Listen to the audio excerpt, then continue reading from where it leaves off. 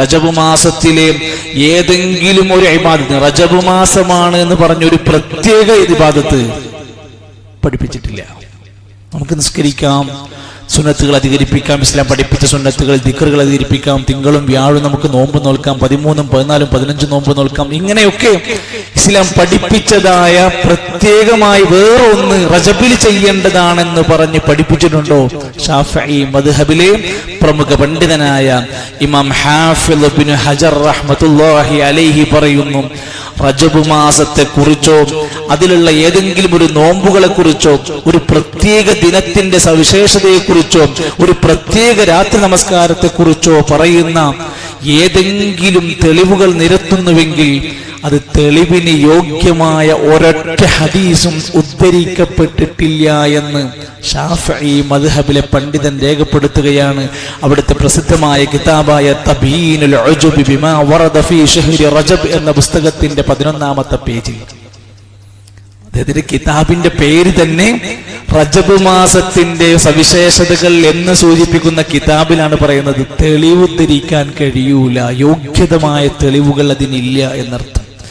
മഹാനായ ഇബ്നു ഖയ്യിം അൽ ജൗസി റഹ്മത്തുള്ളാഹി അലൈഹി പറഞ്ഞു, റജബിൽ ഇത്രാം തീയതി നോമ്പ് നോൽക്കുക, റജബിന്റെ 1ാമത്തെ രാവ് അല്ലെങ്കിൽ പകൽ നോമ്പ് നോൽക്കുക, അങ്ങനെ ചില ദിവസങ്ങളിൽ പ്രത്യേകമായി പറയുന്നുവെങ്കിൽ അത് നബി സല്ലല്ലാഹു അലൈഹി വസല്ലമയുടെ പേരിൽ കെട്ടിച്ചമച്ച കളവാകുന്നു.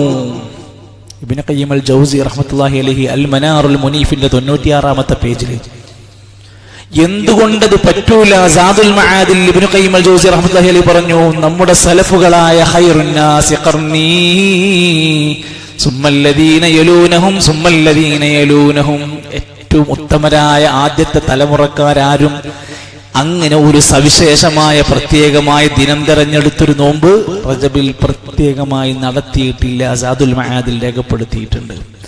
അത് മാത്രമല്ല, ഇനി ഇൻഷാ അല്ലാഹ് നിങ്ങളൊക്കെ ശ്രദ്ധിച്ചു നോക്കി, ഇനി നിങ്ങളുടെ മുമ്പിലേക്ക് മെസ്സേജുകൾ വരും, വീഡിയോകൾ വരും. എന്തിനാണ്? അടുത്ത വെള്ളിയാഴ്ചയുടെ രാവിൽ ഒരു പ്രത്യേക നമസ്കാരം, ആ നമസ്കാരത്തിന്റെ പേര് റഗായിബ് നമസ്കാരം എന്നാണ്. അപ്പൊ നമ്മൾ ചോദിക്കും, നിസ്കാരല്ലേ, എന്തിനാണ് അതിനെ എതിർക്കുന്നത് എന്ന് ചോദിക്കുന്ന ആളുകളുണ്ട്. അടുത്ത വ്യാഴാഴ്ച റജബിലെ 1ാമത്തെ വ്യാഴാഴ്ച പകൽ നോമ്പ് നോൽക്കുകയും വെള്ളിയാഴ്ച രാവിൽ വ്യാഴാഴ്ചന്റെ രാത്രി റഗായിബ് എന്ന പേരിൽ ഒരു നമസ്കാരം നിർവഹിക്കാനുമുള്ള ധാരാളം കൽപ്പനകളും മെസ്സേജുകളുമായി ജനങ്ങളുടെ മുമ്പിലേക്ക് ഇങ്ങനെ വന്നുകൊണ്ടിരിക്കും. മഹാന്മാരായ ഉലമാക്കന്മാർ ഈ കാര്യത്തെ രേഖപ്പെടുത്തി വിശദീകരിച്ചപ്പോൾ പറയുന്നുണ്ട്, ഇത്തരത്തിലുള്ള സംഭവങ്ങൾ നബി സല്ലല്ലാഹു അലൈഹി വസല്ലമയുടെ പേരിൽ കളവായി കെട്ടിച്ചമച്ചുണ്ടാക്കി ആദ്യത്തെ 3 നൂറ്റാണ്ടിലെ ഒരാൾക്കും പരിചയമില്ലാതെ പിന്നീട് കടന്നു വന്നതാണ് ഇത്തരത്തിലുള്ള രംഗങ്ങൾ. ശൈഖുൽ ഇസ്ലാം ഇബ്നു തൈമിയ്യ റഹ്മത്തുള്ളാഹി അലൈഹി പറയാം, അങ്ങനെ റഗായിബ് എന്ന ഒരു നമസ്കാരത്തിന് ദീനിൽ ഒരു അടിസ്ഥാനവും കാണുന്നില്ല.